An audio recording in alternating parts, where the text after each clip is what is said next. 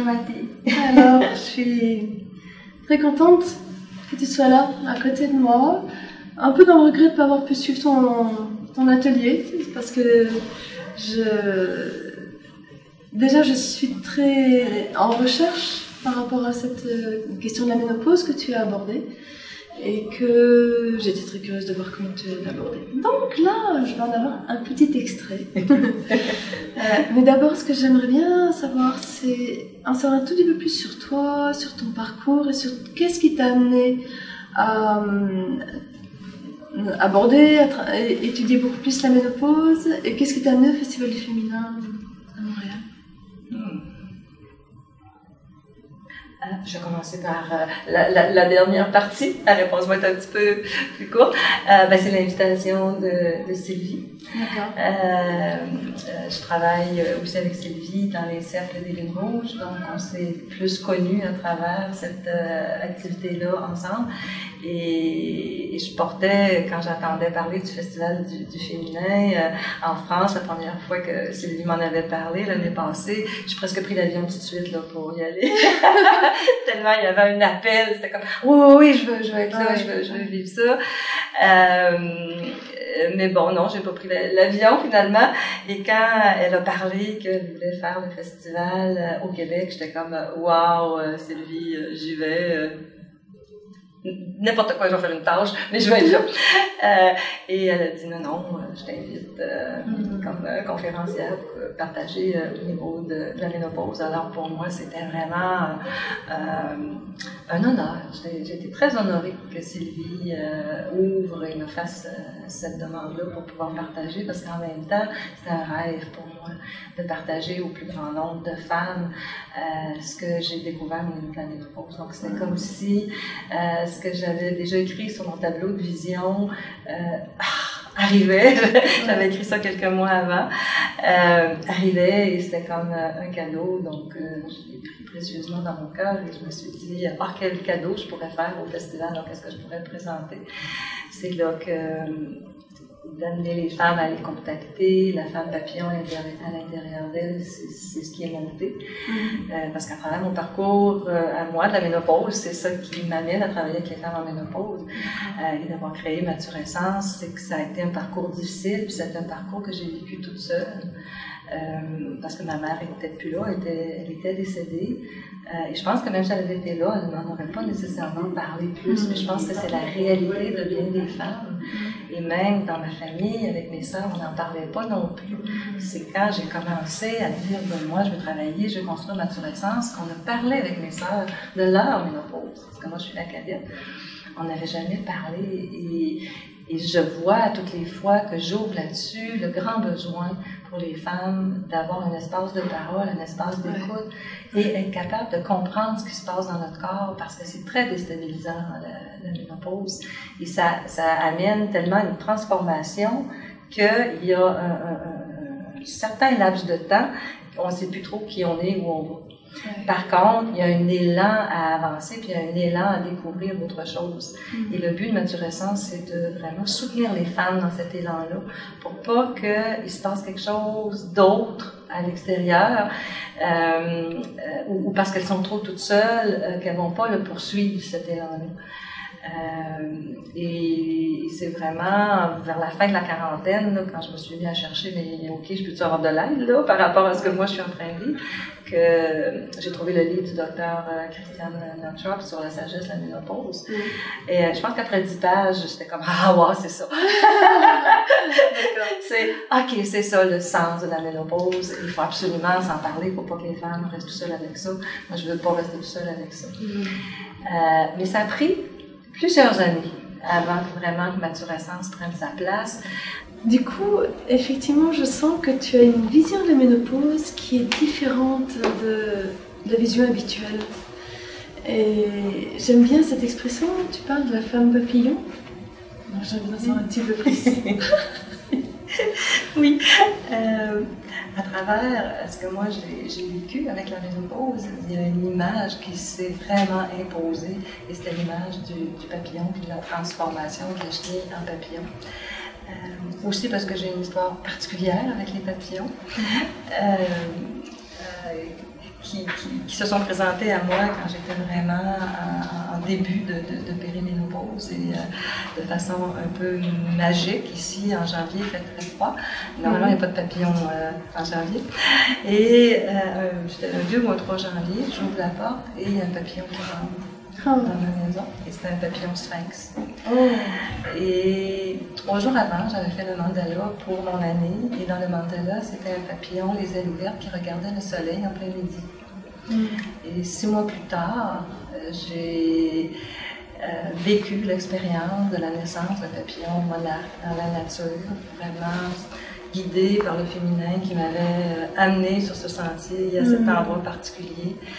Et le papillon, quand il a été sorti de son cocon, je me suis approchée la main et il est venu se déposer sur ma main. Il est resté là le temps qu'il se faisait sécher les ailes.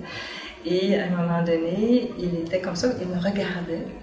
Et il a fait ça, il a ouvert ses ailes, il était midi et le papillon était là avec le soleil et c'était mon mandala.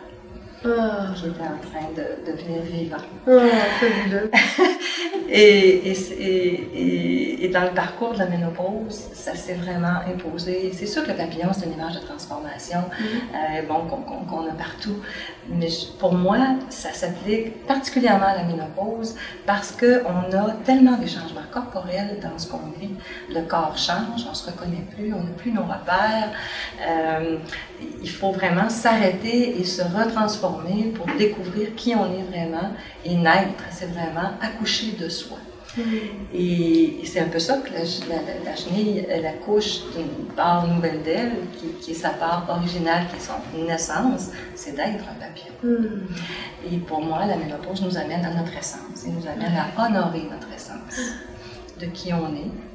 Il y a beaucoup de travail à faire des fois pour aller trouver cette essence-là à l'intérieur de nous. Mais la femme papillon, pour moi, c'est la représentation de l'essence féminine et de l'essence créatrice à l'intérieur de nous. Puis j'aime beaucoup travailler avec les métaphores puis avec les images parce que pour le cerveau, ça fait sens. Et le mental, il prend congé. Enfin! Alors quand on explique que, ah oui, c'est ça que la ménopause peut apporter, à l'intérieur, il y a un grand oui qui s'installe parce que c'est comme une reconnaissance de cette réalité-là.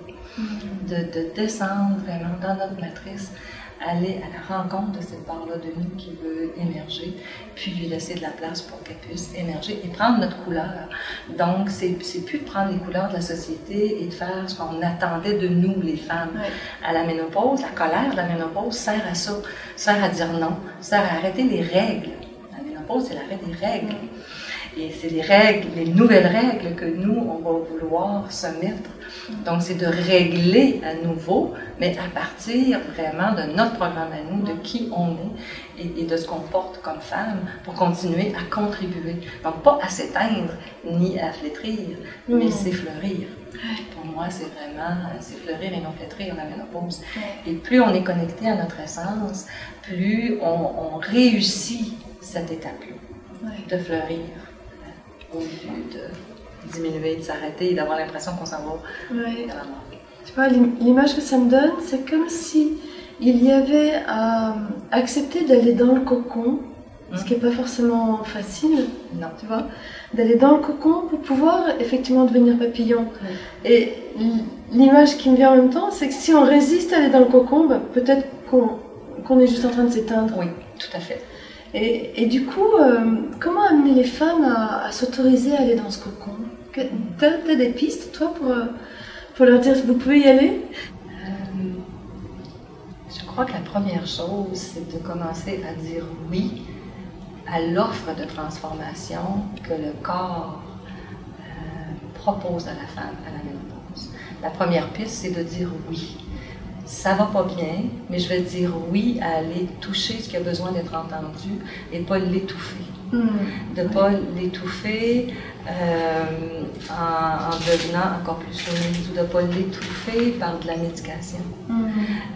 Il faut savoir, oui, que des fois ça peut être utile, mais être consciente aussi que le processus qui veut être mis activé, C'est le mot. OK, le processus qui veut être activé a besoin d'être écouté. Donc, quand on commence par dire oui, et que là, à ce moment-là, on peut aller nommer qu'est-ce qu'on a besoin de changer.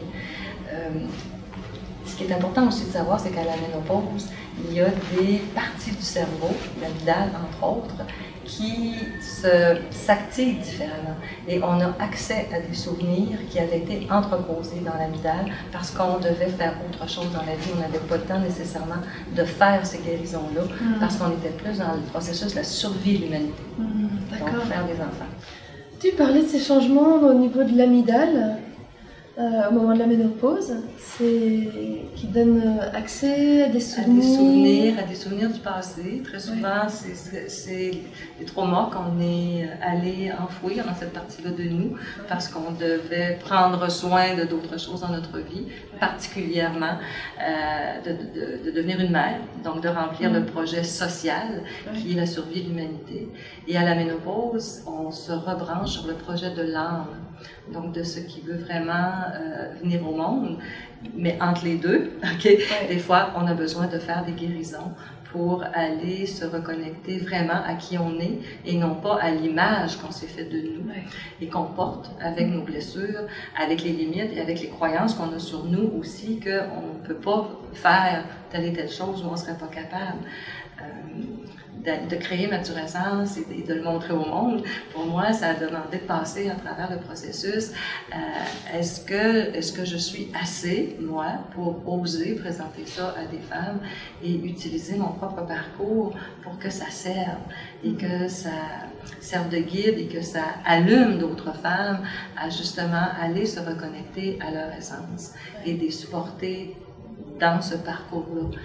C'est sûr que mon expérience de thérapeute m'aide aussi pour les accompagner dans le processus et de libérer le bagage de trop qui nous empêche d'avancer.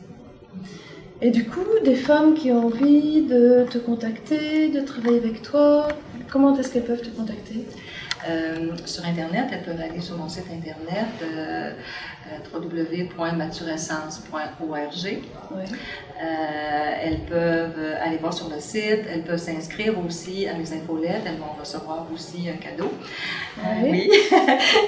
Qui est les 3 clés pour mieux vivre la ménopause. Et elles vont donc recevoir aussi de l'information à travers les infolettes. Une fois par mois, je fais des causeries interactives sur le web. Et il y a déjà des gens d'ailleurs qu'au Québec qui se sont inscrits, qui suivent les causeries, sont enregistrés, donc les gens ont accès à l'enregistrement s'ils ne peuvent pas être là directement, parce que des fois dans les fuseaux horaires, c'est pas possible. Et c'est interactif, donc les femmes peuvent poser des questions. Et c'est comme de créer une communauté sur le web, parce que c'est plus facile pour rejoindre plus de femmes. Et je leur donne quelques informations sur un sujet, à peu près 20 à 30 minutes, puis après on a un autre 30 minutes où on peut causer ménopause. Ça s'appelle les causeries au coin du feu. Ah, c'est super! Et il y a aussi les programmes que j'offre, qui sont Accueillir ce qui est, Honorer son essence, puis Émerger dans sa pleine radiance. C'est les 3 programmes d'accompagnement pour les femmes en ménopause. Et ça peut se faire en personne, si les gens sont assez proches de Québec, sinon par Skype.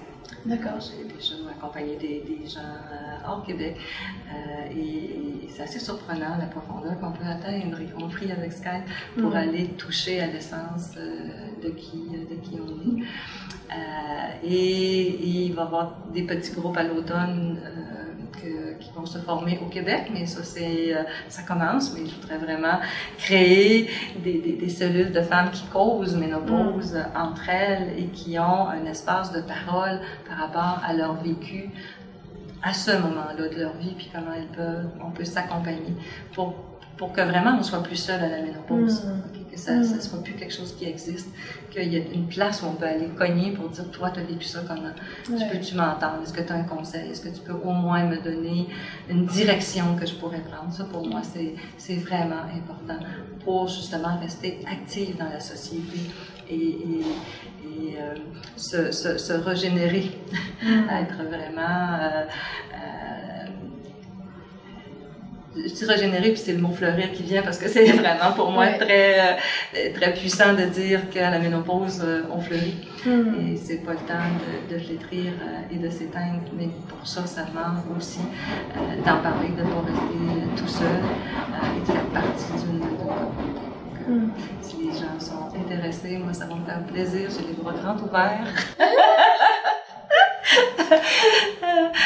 C'est l'espace de la Grande Mère aussi, c'est toute cette puissance-là des femmes qui avancent dans la ménopause et qui touchent à la post-ménopause, c'est de rentrer vraiment d'être la Grande Mère et d'être mère pour soi.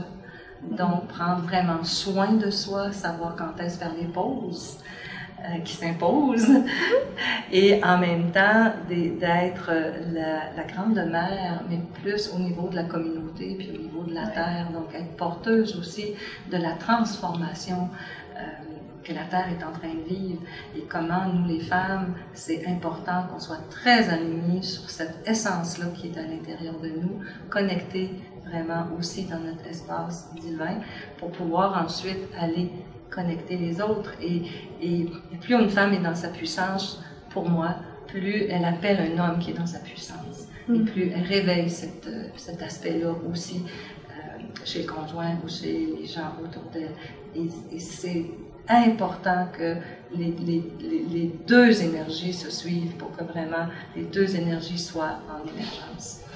Ce qui fait que j'ai aussi envie de créer des groupes pour aider les femmes à être des reines et les hommes à être des rois.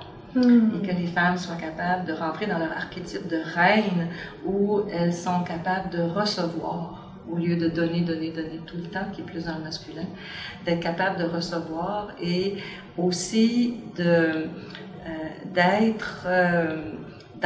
vraiment dans leur puissance et dans la reconnaissance que les hommes et les femmes, on ne fonctionne pas pareil. Et que quand on comprend cette différence-là, on est capable d'établir un partenariat au lieu de penser que les hommes doivent être comme nous. Tout à fait. Donc des femmes parfaites. Idéalement. Mais c'est pas vrai, c'est pas ça. Et cette différence-là, elle est riche. Plus j'explore ce monde-là, c'est comme, comment je dirais ça, fleurir, ça s'arrête pas. Hein. La maturescence, c'est vraiment un processus. Moi, c'est ce que j'ai découvert aussi. C'est un processus qui s'arrête pas. Quand j'ai commencé maturescence, c'était la ménopause. Et rapidement, j'ai réalisé que non, c'était beaucoup plus que ça. Et que à chaque étape, plus moi j'avance en âge, plus je vois comment la maturescence, à cet âge-là, comment elle a à se manifester. Et comment guider vraiment l'émergence de rois et de reines qui sont dans leur puissance, qui sont dans le respect et qui sont dans le partenariat ensemble pour que la femme aussi soit capable de se respecter parce qu'à la ménopause, il y a aussi, dans l'éveil à la spiritualité, il y a l'éveil à la sexualité sacrée. Et c'est pour ça que souvent les femmes à la ménopause ont plus d'intérêt au niveau de la sexualité. Et quand je leur pose des questions là-dessus, c'est qu'il y a des choses très concrètes qu'elles ne veulent plus. Des fois, elles ont de la difficulté à le dire, elles ont de la difficulté à se dire « moi, maintenant, voici comment je veux vivre ça ». Et donner l'occasion à l'homme d'évoluer aussi par rapport à cet espace-là. Pas que ça devienne conflictuel, mais être capable de l'honorer les deux ensemble. Donc, il y a toute l'ouverture à la spiritualité aussi qu'à la ménopause propose. Waouh, quelle richesse! Écoute, je te remercie beaucoup pour cet échange et je sens qu'il y a plein de portes qui s'ouvrent et on ne va pas les ouvrir maintenant, mais ça donnera probablement lieu à d'autres rencontres et à d'autres échanges comme ça. Et ouais, je suis très heureuse d'avoir tes images, ce que tu apportes, cette énergie, ouais, ça fait fleurir à l'intérieur. Quel cadeau d'entendre ça! Merci. Donc, ça c'est vraiment. Ouais, je sens que ça fait pétiller mes cellules, tu vois. Et donc merci beaucoup à toi. C'est ça le but. Parce que mon but à moi, ma destination, c'est de devenir une vieille femme enjouée.